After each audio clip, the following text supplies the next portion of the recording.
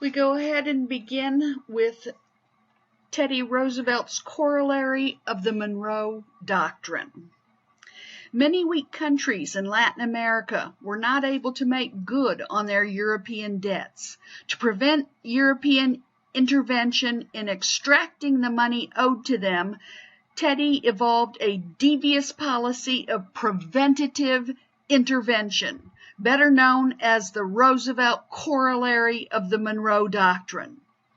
Under it, Americans would intervene themselves to take over the customs houses, pay off the debts, and keep the troublesome powers on the other side of the Atlantic.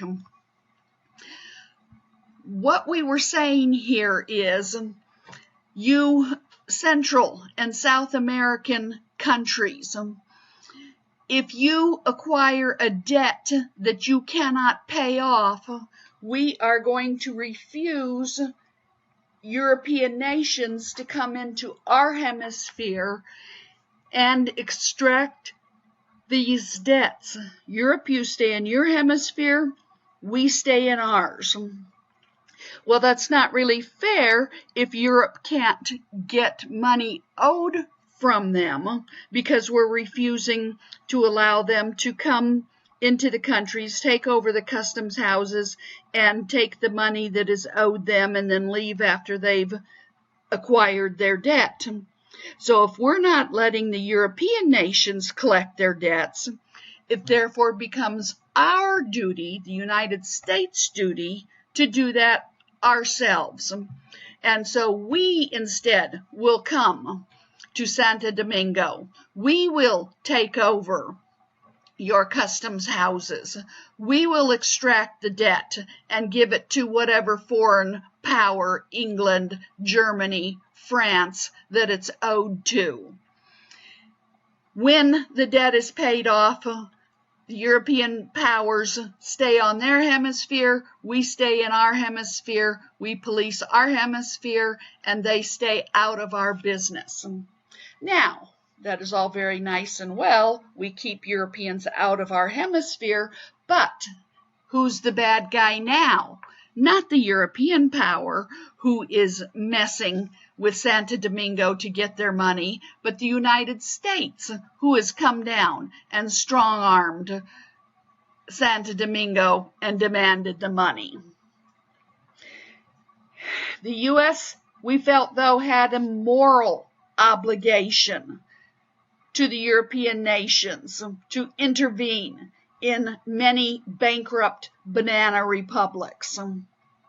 Unfortunately, though, Roosevelt's rewriting of the Monroe Doctrine had its very dark side. It probably did more than any other one step to promote the bad neighbor policy begun during these years. Roosevelt's cousin, Franklin, will have to do an awful lot of work to try and undo the bad neighbor policy and try and establish the good neighbor policy. Another cartoon, once again, you European nations who have debts you want to collect from various Central and Southern American nations. No, you cannot come, Uncle Sam says. We instead will collect the debts for you. You stay in your hemisphere, on your side of the Atlantic. We will stay on ours.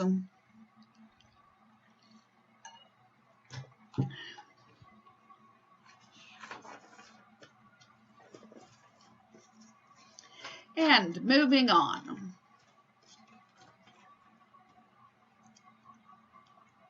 The Russo-Japanese War. During 1904 to 1905, Japan and Russia were in competition in war in Asia. Japan had trounced Russia, and Roosevelt had been asked by the Japanese to be the mediator. This he did with success. Here, within 10 years, we had first had the Sino-Japanese War, when Japan had taken on China at 1895. Here, 10 years later, we had the Russo-Japanese War, 1904 to 1905. Within 10 years' time, Japan has bam, bam, bam, attacked their huge sleeping neighbor and then sued for peace. They asked Roosevelt to work out the peace between the Russians and the Japanese, and he agrees to do that. This is done at Portsmouth, New Hampshire. He did receive the Nobel Peace Prize for this. I think this is the first time a president receives the Nobel Peace Prize. Unfortunately, as the cartoon shows here, if you can see the faces of these two gentlemen here, the Russian and the Japanese, while Roosevelt works out the peace treaty, let us have peace, it does not look like either of these two gentlemen are any too happy. And unfortunately, between the Russians and the U.S., and between Japan and the U.S. and Japan and America, a rivalry, a suspicion now begins. Unfortunately, we were not involved in this fight, but because we worked as the mediator, suddenly we are caught in the middle, and once previous good relations between the U.S. and Russia, between the U.S. and Japan, begin to disappear, and feelings of suspicion, jealousy, fear supplant the one-time happy relationship. So all is not good because Roosevelt worked out the treaty between Russia and Japan. I mentioned earlier that with the Sino-Japanese War, that would have repercussions on the United States. So does the Russo-Japanese War, not just in this regard, but in another regard, having to do with the Gentleman's Agreement. The population of America's, The population of America's Pacific coast was directly affected by the Sino-Japanese War and the Russo-Japanese War. As a result of the war, a heavy tax burden was placed on the Japanese people, and many laborers with their families began to pour into the California valleys. 2 wars in 10 years, the coffers of the Japanese government has got to be paid back, and the tax burdens were very high in Japan. And so seeking relief from these high taxes, many laborers were fleeing Japan and coming to the Promised Land. The Promised Land being the west coast of the United States. And many of them were settling in California, and San Francisco and Los Angeles are 2 of the big cities that they would be coming to and staying in. Yes, they somewhat spread out, but you were having a very high concentration of Japanese remaining in San Francisco. In 1906, there were approximately 70,000 Japanese on the Pacific coast. A showdown with the Japanese influx came in 1906, following the frightful earthquake and fire of that year in San Francisco. The earthquake was bad, but what was even worse was the fire that ensued. Whole front of the building has fallen off. Here is the front of your building in the street. Looking down, this once again is for your cable car. These people looking out at the fire down below. Well, why was there such a huge fire? Because of the earthquake. Well, what happened was the earthquake broke the gas mains open. With the gas mains being broken and all this natural gas, this gas spewing out, all it took was the least spark and boom, you had fires erupting. Well, let's put the fires out. Well, that earthquake also broke the water mains. And so the fire trucks had no water to connect into to put out the fires. And so the fires pretty much had free rampage of the city with no ability to really put them out. So the fires did ever so much more damage than did the earthquakes. And once again, San Francisco is built on hill after hill, known for its hills. Terrible earthquake. Look at what it does to the roads, let alone to the houses.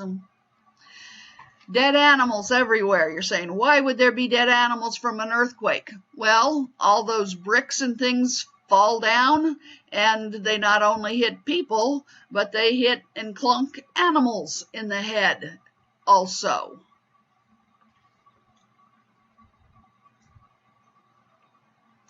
And the people watch as the smoke just rises and billows.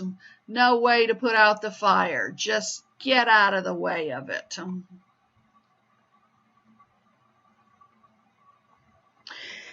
Because of the city being gutted because of the fire, the school system is destroyed as well. Everything is destroyed.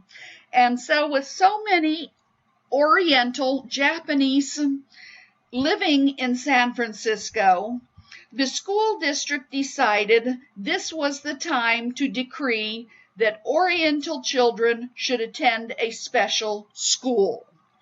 This edict was aimed at overage Japanese boys. The Japanese immigrants wanted their children educated just the same as everyone else did. And they love their children and want the best for theirs. And so these children did not know how to read and write English. And so you had 11, 12-year-old oversexed Japanese adolescent boys in kindergarten and first grade with Molly and Polly and Susie learning their ABCs, and many parents did not like this situation. They said these overaged Japanese boys did not have any business being in first grade with their little 6-year-olds. So since the whole education system was destroyed, this was when we make the clean break and we will have Oriental schools and we will have white schools. Well, this created an international crisis. The people of Japan regarded this discrimination as an insult against them and their beloved children. On both sides of the Pacific, war talk sizzled. Roosevelt, not wanting a fight, invited the entire San Francisco Board of Education to come to the White House. This was so Rooseveltian style. Anytime things didn't go the way he wanted them to, he would just invite the whole crowd to the White House, set them down, and you can't leave until this gets solved. So the whole San Francisco Board of Directors come to the White House. The Californians were induced to repeal the offensive school order and to accept what became known as the Gentlemen's Agreement. The Japanese government agreed to stop the flow of laborers to the American mainland by withholding passports. So, Japan will act gentlemanly on their side. We won't give the passport necessary for the laborers to exit our country. You don't have to withhold the visas. We will not give them the passports. In return, those that are already in your country, you will treat with dignity and you will educate their children. Yes.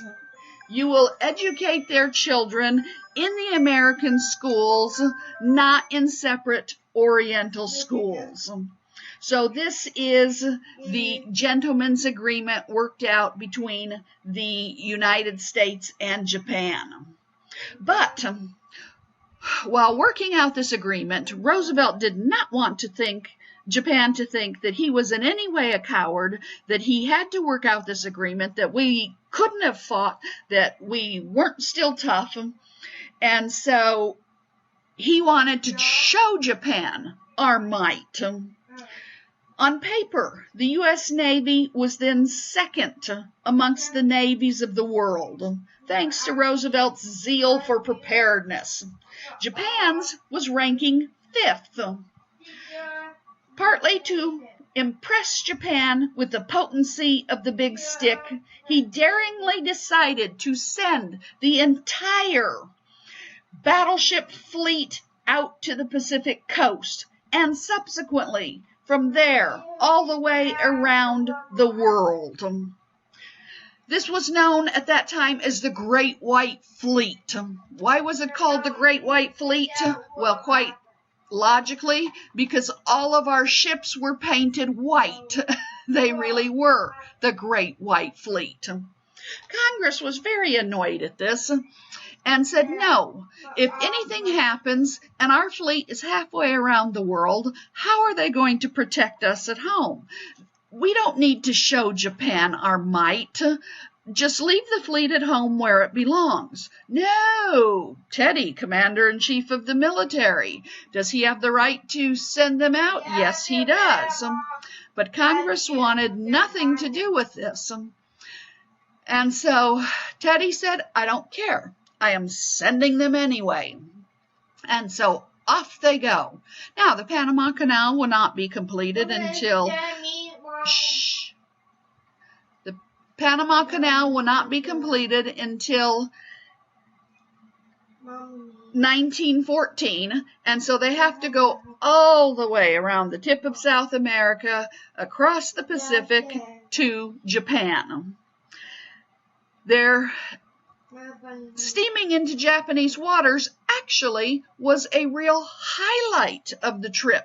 Many felt that the Japanese waters would be placed with bombs and that they could get attacked if they went into Japanese waters, but that was not the case at all. They had enough fuel and money to get halfway around the world, and Congress was insisting, no, you cannot do this, so he sent them anyway. Well, once the fleet is halfway around the world, Teddy says to Congress, well, the fleet is stuck halfway around the world. Are you going to give us money to get back home or not?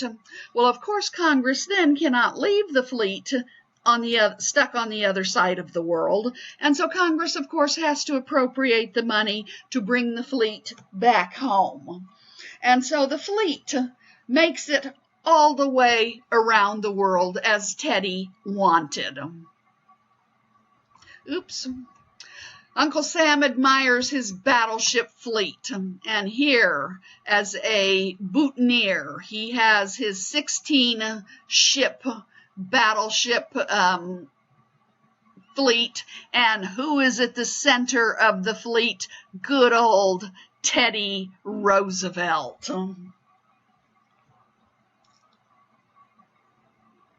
They left Virginia and went around the world. First time this has ever happened. They steamed back from the Mediterranean into home waters early in 1909, just in time to usher out the Roosevelt regime in a blaze of glory. Roosevelt has served from 1901 to 1909. Join the Navy and see the world would now become a potent recruiting slogan that grew out of this cruise. Oh yes, now a farm boy from Iowa, from Oklahoma, from Kansas, from Texas, who's never been out of his state before, can join the Navy and go off to exotic places all over the world. Join the Navy and see the world. Visit Japan, India, France, Asia, England, South America, Europe. Become self-reliant, a capable man through training, physical instruction, extensive travel throughout the world, Be an independent man by earning good pay, eating good food, knowing that you have a home where you are welcome, and knowing that in the event you become sick, you will be properly taken care of while you still receive your pay. Become a master tradesman or mechanic, all kinds of occupations you can earn, while your pay goes on just the same. You could earn between $32 and $145 a month. And you could enlist for 2, 3, or 4 years with food and quarters, uniform, outfit, and medical attention free. You can save money. Man, see the world, serve your country, save your money. So if they're giving you free room and board means food, all that money, somewhere, depending upon the job and your position, between $32 and $145 per month, other than trinkets that you are picking up in foreign countries or things you want to buy on your own, you are just going to become one rich fat cat, and then when you exit the military, you have a trade besides. They have trained you in some type of occupation. What a deal! What a deal! At that time, we were second largest Navy in the world. Well, last time I had looked this up was 2012. At that time, we ranked first in navies in the world. We were 12%. And if we were meeting in class and in person, I'd make you guess the rest of the ratings. But since we're not, we rank first in navies of the world as of 2012, 12%. Russia comes in second at 10%. China came in third at 8%. Then Japan, England, France, and India. England was always previously Queen of the Seas, but you have to realize the British Empire is now all divided up. Yes, there's still the Commonwealth of Nations, but they're all separate nations with their own navies. Australia has its own navy. Canada has its own navy. Are they all still part of the Commonwealth of Nations? Yes, but England would have its own navy separate from all of them. So for England to be 5th of navies in the world is still pretty impressive. But yes, we have 12% of all of the ships of the navies of the world.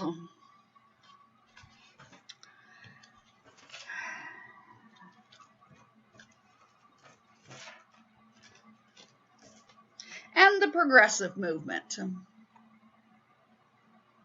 changing gears. With the dawning of the 20th century, new crusaders calling themselves progressives waged war on many evils, notably monopoly, corruption, inefficiency, and social injustice. The real heart of the movement was to use government as an agency of human welfare. Very important here. Make the government get involved in human welfare. Use the government as an agency of human welfare. The Danish immigrant Jacob A. Riis was a reporter for the New York Sun. He shocked middle-class Americans in 1890 with his book, How the Other Half Lives. I live in suburbia. I don't want to know how the other half lives. Well, he had a series come out in the newspaper, and every Sunday when you opened up your paper, there was an article. You in suburbia, smack in your face, learned how the rat-gnawed, horrible slums and ghettos in New York City were. You didn't want to know how the immigrant had to live in New York City. That was not your concern. You lived in suburbia. Well, there it was in your newspaper, and you saw it whether you wanted to or not. His accounts of the were a damning indictment of the dirt, disease, vice, and misery of the rat-gnawed New York slums. The book deeply influenced Teddy Roosevelt. Remember, I told you, not only was he an author, but he was a voracious reader. Yes, this was the lot of the immigrant. These are boys having to work to provide for their families. They should have been in school.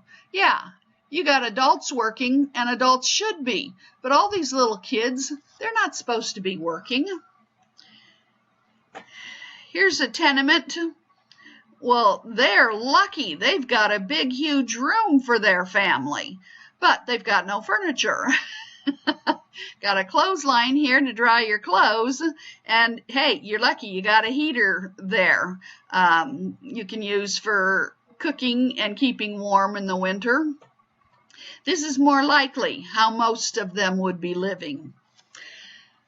You have many people who would probably occupy one room, probably 15 to 20, and you would sleep in shifts because the factories oftentimes worked you in shifts. And so 8 hours, maybe 6-8 people slept. As soon as you got out of the bed, the next group crawled in while it was still warm and slept. And then the next group crawled in and slept. And so that's how you could have so many people living in one room. You've got I thought I saw a little cook stove in here or something. But here's your chests with your stuff. Where was it? I thought I saw a cook stove in here earlier. Maybe there wasn't. Maybe that's just their stuff piled up there. But pretty miserable, if you ask me. Not the way I'd want to live. Once again, out your window on the landing, where are the kids going to go for recreation? Whole family in one little room. They've got at least a place to cook meals and keep warm in the winter. Tenements, man, do not look very sturdy. Some of these does not look like they'd even keep the rain out in the winter. Yeah, you could wash your clothes in some kind of bucket, but then, yeah, everything has to be hung out for drying, whether inside or outside on clotheslines. Can you imagine how hot with that tar paper and tin these places would be in the summertime? 95 degrees outside, the sun beating on there. Oh.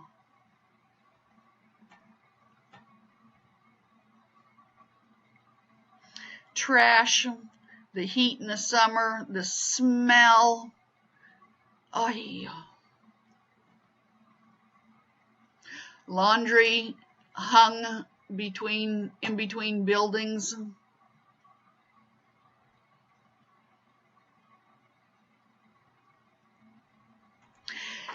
Piecework was oftentimes done within people's homes, those that didn't work in factories. You would take the work home and then each day return with the finished product and get more work. You were paid by the item, not by the hour.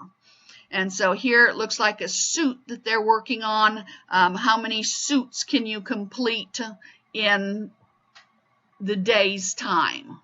Here, I don't know exactly what they're doing, but some kind of piecework as well. Even the little children in the family help to do the work.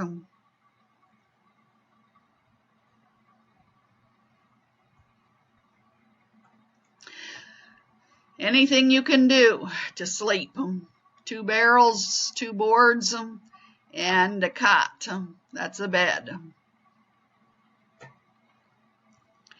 Once again, doing piecework. And here's all the work they're going to do or have done.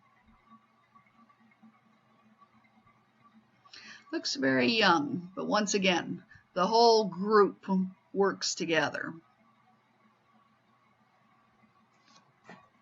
Sleeping conditions, however, not always the best. I don't know if this wood is being used to run the stove in the winter to keep warm, or if this is just trash piled up and you sleep amongst the trash.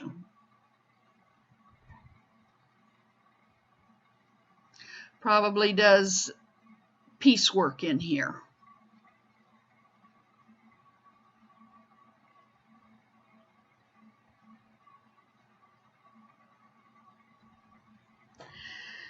You don't have a place to stay. There was always lodging places where you could get rooms or cots. Here, this is a rooming house where after your shift was over, if you didn't have a place, for 7 cents, you could get a bunk, a cot. I don't know, that's not even a cot. Can you imagine a whole room full, we got 2 levels here, of men snoring? I don't know how much, unless you were totally exhausted, how much sleeping could go on with all that snoring.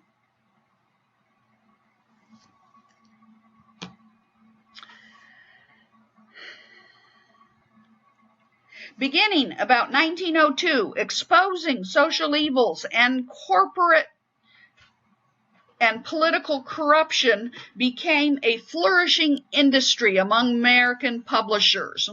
A group of aggressive 10 and 15 cent popular magazines surged to the front, notably McClure's, Cosmopolitan, Collier's, and this is one of the topics that we will discuss. Patent medicines. People were selling all kinds of medicines that no one knew what was in the medicines, but they would cure baldness, they would cure stomach ailments, they would cure everything you could imagine, just for 25 cents. Buy my potion and it'll cure whatever ails you. And everybody's. So these 10 and 15 cent magazines now begin to publish articles exposing social, corporate, and political corruption. Enterprising editors financed extensive research and encouraged their young reporters, whom President Roosevelt branded as muckrakers in 1906. Some of the most scandalous exposures were published as best-selling books. So first they'd start out as a series of articles in magazines or in newspapers. After the series were complete, they would then compile them into best-selling books. Lincoln Stevens launched a series of articles in McClure's magazine entitled "The Shame of the Cities." He fearlessly unmasked the corrupt alliance between big business and municipal government. He said, hey, you think your government represents you? No, big business has given bribes to different people in government so that they will vote towards their interest, not towards you, the citizens' interests. Ida M. Tarbell, one of the few female muckrakers, published a devastating but factual expose of the Standard Oil Company. Fearing legal reprisals, the muckraking magazines went to great pains and expense to check their material, paying as much as $3,000 to verify a single Tarbell article. Libel is written, slander is oral, what you say. If she publishes in their magazine saying Standard Oil, the biggest oil company in that time period, Rockefeller, one of the most wealthy men of that time, that he is doing this and such and whatnot, and this business practice of his is really a nasty business practice, that does not make him and his company look good. And he will try and sue the magazine for libel. The magazine does not want to get sued. If what she is saying and what they have printed is true and can be proven in court when he sues them that it is true, you don't win, because it's not liable, because what you have printed is true. If it is wrong, then yes, you can be sued for libel, and you can have to pay damages to the person that you have maligned. So they want to make sure when they're going up against these biggies that they cannot be sued. And so they would pay up to $3,000 to verify all the facts on a single Tarbell article that was being published. David G. Phillips, in a series in Cosmopolitan entitled The Treason of the Senate in 1906, he boldly charged that 75 of the 90 senators did not represent the people at all, but the railroads and the trusts. Once again, they bought off the senators. They don't care about you people. He ultimately was shot in 1911 by a deranged young man whose family he had allegedly maligned. This, of course, ultimately would lead to a change in the Constitution. If at this time the Senate was appointed, they did not run for their positions like the House did and like the President did. They were appointed. So did they answer to the people? No. So did they care if the people were mad at them? No.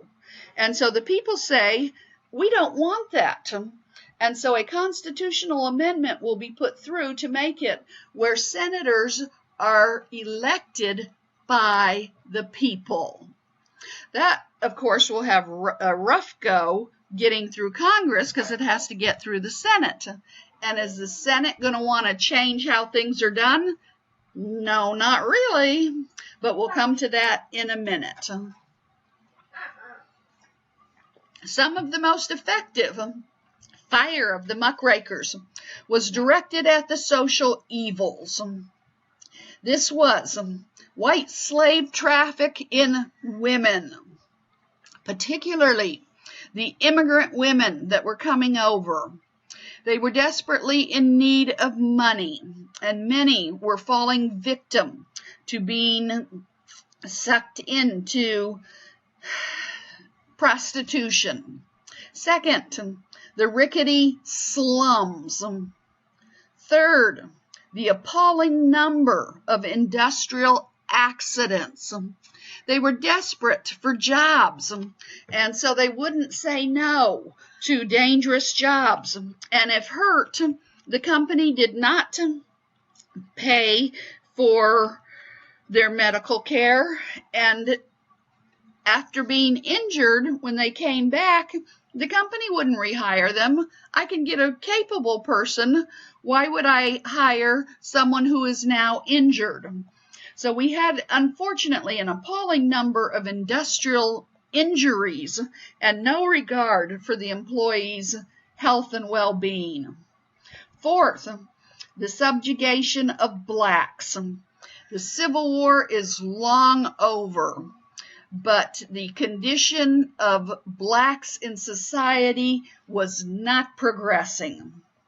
Fifth, child labor. There were no laws in many cases with regard to age and the type of conditions that children could and could not work in. And sixth, the vendors of potent medicines, oftentimes spiked very heavily with alcohol. Many sold incredible quantities of adulterated or habit-forming drugs while doping the press with lavish advertising. Things go better with Coca-Cola. Things go better with Coke. What was the ingredient in the original Coca-Cola formula? Cocaine. No wonder that industry took off so well. You get addicted to that cocaine, and yes, things go better with Coke. And can you quit having your Coke? Your high school's passed. You slept through it. Yes, things go better with Coke. Ultimately, the muckrakers sought not to overthrow capitalism, but to cleanse it. Very, very, very important. The muckrakers did not come up with a solution. They were merely muckrakers. Shh. Their job was to stir up the muck, to expose the situations to society, and then society was to come up with a solution.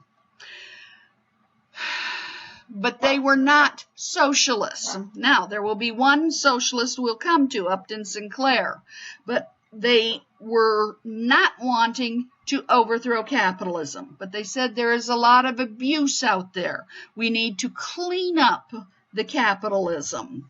So, big point here. Ultimately, muckrakers sought not to overthrow capitalism, but to cleanse it.